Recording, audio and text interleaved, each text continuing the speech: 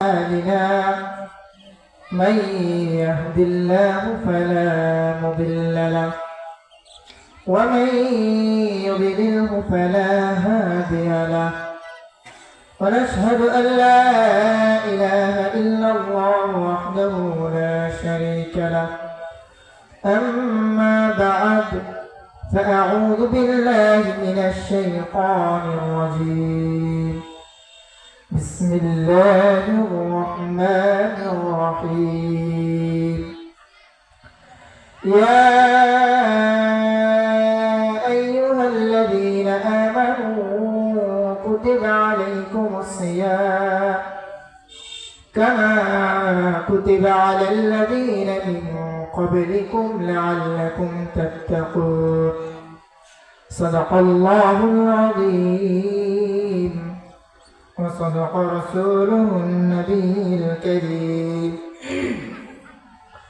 ونحن على ذلك من الشاهدين والشاكرين والحمد لله رب العالمين اللهم صل على محمد وعلى آل محمد كما صليت على إبراهيم وعلى آل إبراهيم إنك حميد مجيد اللهم بارك على محمد وعلى آل محمد كما باركت على إبراهيم وعلى آل إبراهيم إنك حميد مجيد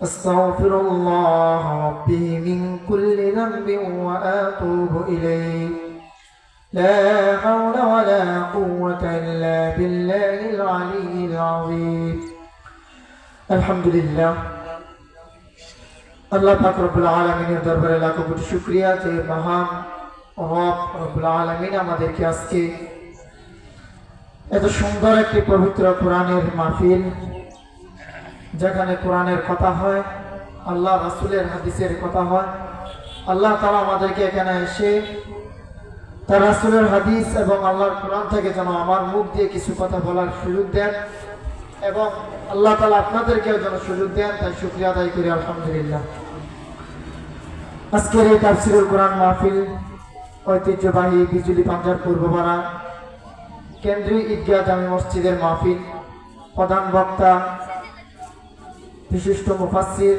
শাইখ মোহাম্মদ জামাল উদ্দিন সাহেব এবং বিশেষ বক্তা মোহাম্মদ শাইখুল ইসলাম শাইখ এবং বিশেষ আকর্ষণ আমার প্রিয় মুহাব্বতের মানুষ আমার বড় ভাই হিসেবে যাকে আমি মনে করি বিভিন্ন সময় বিভিন্ন পরামর্শ দিয়ে থাকেন আপনাদের এই এলাকার কৃতি সন্তান সুনামধন্য সারা বাংলার আলোড়ন সৃষ্টিকারী বক্তা প্রিয় বড় ভাই হযরত মাওলানা রুহুল আমিন সরকার সাহেব আমি আপনাদের কাছে দোয়া নেওয়ার জন্য বসছি আপনারা আমার জন্য দোয়া করবেন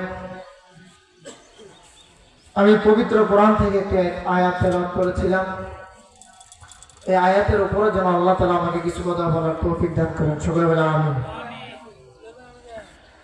আমি আয়াত থেকে পবিত্র কোরআনের যে আয়াতটুকু পাঠ করেছিলাম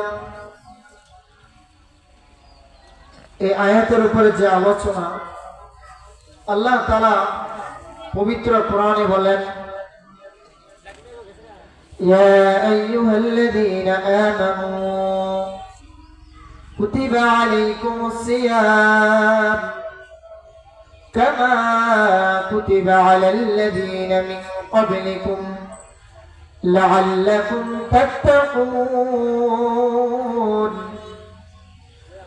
আল্লাহ রাব্বুল আলামিন মুমিনদের জন্য এত সুন্দর একটা ঘোষণা দিলেন আল্লাহ রাব্বুল আলামিন তার বান্দাকে এত সুন্দর করে মধুর ভাষায় ডাক দিলেন যে হে আমার মুমিন বান্দারা আল্লাহ তাআলা আমাদেরকে নাফরমানও বলেন নাই আমাদেরকে গুনাহগারও বলেন নাই আল্লাহ তাআলা আমাদেরকে গালি দেন নাই অথচ আল্লাহ রাব্বুল আলামিনের হুকুম আমরা ঠিক মতো মানতে চাই না। আল্লাহ তাআলা তার বান্দাকে ডাক দিয়ে সুন্দর ভাষায় বললেন, হে আমার মুমিন বান্দারা, ইয়া আইয়ুহাল্লাযীনা আমানু, মুমিন বান্দারা মনোযোগ দিয়ে শোনো, তোমাদের জন্য সামনে এমন একটা সুন্দর মাস দিয়েছি যেটার নাম হচ্ছে রমজান মাস। যেমন করে ব্যবসায়িক ভাইয়েরা তাদের ব্যবসার কথা চিন্তা করে যে সামনে বছর যদি আমের সিজন আসে, লিচুর সিজন আসে, তরমুজের সিজন আসে, তার একটা টার্গেট থাকে সামনে বছর এই বছর আমি 50,000 টাকা লাভ করেছি, সামনে বছর আমি 1 লক্ষ টাকা লাভ করব, তারপরের বছর আমি 1.5 লক্ষ টাকা লাভ করব। সে এক একভাবে যখন চিন্তা করতে থাকে, প্রস্তুতি করতে থাকে, তার ওইরকম প্রস্তুতি নিয়ে যেন যেভাবে সে আগাইতে থাকে। আল্লাহ রাব্বুল আলামিন ডাক দিয়ে বললেন, ইয়া আইয়ুহাল্লাযীনা আমানু কুতিবা আলাইকুমুস সিয়ামু কামা কুতিবা আলাল্লাযীনা মিন ক্বাবলিকুম লাআল্লাকুম তাত্তাকুন। আল্লাহ রাব্বুল আলামিন ডাক দিয়ে বললেন, হে আমার মুমিন বান্দা, মনোযোগ দিয়ে শোনা, মনোযোগ দিয়ে শোনা। যেমন করে তুমি তোমার ব্যবসার লাভের জন্য চিন্তা করো, যেমন করে তুমি তোমার ব্যবসার জন্য প্রস্তুতি নাও, যেমন করে তোমার বাণিজ্যের জন্য তুমি প্রস্তুতি নাও, আমি আল্লাহ তোমাকে, হে আমার মুমিন বান্দা, তুমি মুমিনের জন্য এত সুন্দর একটা বাণিজ্য দিলাম, যে বাণিজ্যটা পবিত্র মাহে রমজান। সুবহানাল্লাহ। আল্লাহ রাব্বুল আলামিন এখানে শেষ করে দেন নাই। আল্লাহ রাব্বুল আলামিন ডাক দিয়ে বললেন, হে আমার মুমিন বান্দা, রমজান মাসটা তোমাকে এত সুন্দর একটা মাস দিলাম, যেই মাসে তুমি একটা আমল করলেই 70 নেকি পাইয়া যাইবা। সুবহানাল্লাহ। আল্লাহ রাব্বুল আলামিন ডাক দিয়ে বললেন, ও মুমিন বান্দা, তাই শেষ নয়, রমজান মাস এমন একটা ইবাদতের মাস, যেই মাসে তুমি যত ইবাদত করবা, যত আমল করবা, 1000 বছরের চেয়েও উত্তম নেকি তোমার আমলনামা দিয়ে দেব। সুবহানাল্লাহ। অথচ রমজান মাস আসলে আমাদের সমাজ, আমাদের পরিবেশে দেখা যায় এমন চিন্তা করে যে রমজান মাসে যদি রোজা রাখি আমার সন্তানটা শরীরটা নষ্ট হয়ে যাবে, পরে কি করে কিনা, এমন চিন্তা করে আমার সন্তানের শরীরটা শুকিয়ে যাবে। আল্লাহ তাআলা বললেন, ও বান্দা, তুমি ভুল করলা, তুমি এত ভুল করলা যে আমি আল্লাহর নিয়ামতটাকে তুমি অস্বীকার করে ফেললা। বিজ্ঞানীদের রিসার্চে বললেন, যদি কোনো মানুষ জানতো রমজান মাস মানুষের জন্য এত উপকারণীয়, তাহলে সে সারা বছরই রোজা রাখতেন। সুবহানাল্লাহ। আল্লাহ রাব্বুল আলামিন তার বান্দাকে এত সুন্দর একটা মাস দিলেন, যেই মাসটা মুমিনের জন্য একটা কর্তব্য, যেই মাসটা মুমিনের জন্য একটা উপহার জিনিস। আল্লাহ রাব্বুল আলামিন মুমিনদেরকে এত সুন্দর ইবাদতের জন্য আল্লাহ ডাক দিয়ে বললেন, এই রমজান মাস সাধারণ রমজান মাস নয়।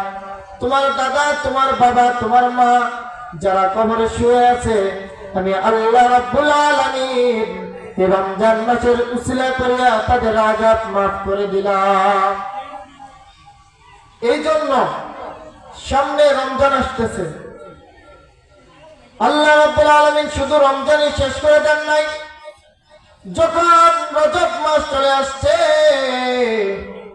আল্লাহ তাআলা বান্দাদেরকে জানাই দিলেন, তোমরা এখন আমল করো, তোমাদের নেকি বাড়তে থাকবে। আবার শাবান মাস চলে আসছেন, মসজিদের ইমাম মুনাজাত ধরে দোয়া করে, আল্লাহুম্মা বারিক লানা ফি রজব ওয়া শাবান ওয়া বাল্লিগনা রমাদান ও মালিক আল্লাহ। সামনে যে রমজান মাস আসতেছে, ওই রমজান মাসে এই শাবান মাস থেকে রমজান মাস পর্যন্ত আমার হায়াত দারাজ করে দেন। ইমাম কি করে? আসর মাগরিব এশা প্রত্যেক নামাজের পরে দোয়াটা পড়ে কি পড়ে না? পড়ে। কেন পড়ে? যে বান্দার হায়াত যেন আল্লাহ রাব্বুল আলামিন রমজান পর্যন্ত পৌঁছায় দেন।